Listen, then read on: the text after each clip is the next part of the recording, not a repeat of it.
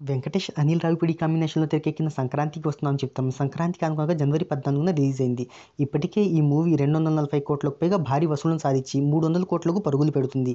ఈ చిత్రం 15వ రోజు కలెక్షన్‌లను తెలుసుకోబోయే ముందు ఒక చిన్న రిక్వెస్ట్.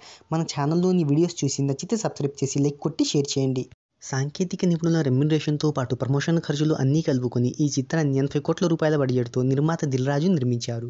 ఈ చిత్రానికి ప్రపంచవ్యాప్తంగా 42 కోట్ల రూపాయల ప్రీ రిలీజ్ బిజినెస్ జరిగింది. ఈ చిత్రం లాభాల్లోకి రావాలి అంటే 85 కోట్ల రూపాయల గ్రాస్ వసూళ్లను సాధించాలి.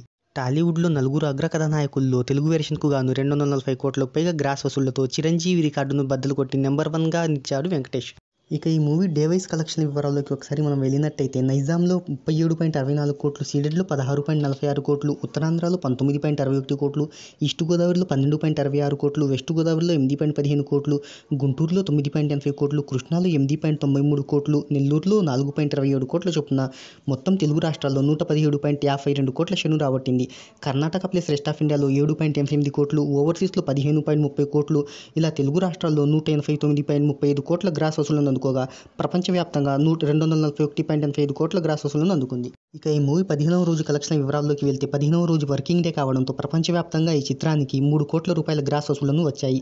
మరి లాంగ్ రన్‌లో ఎలాంటి వసూళ్లను సాధిస్తుందో చూద్దాం.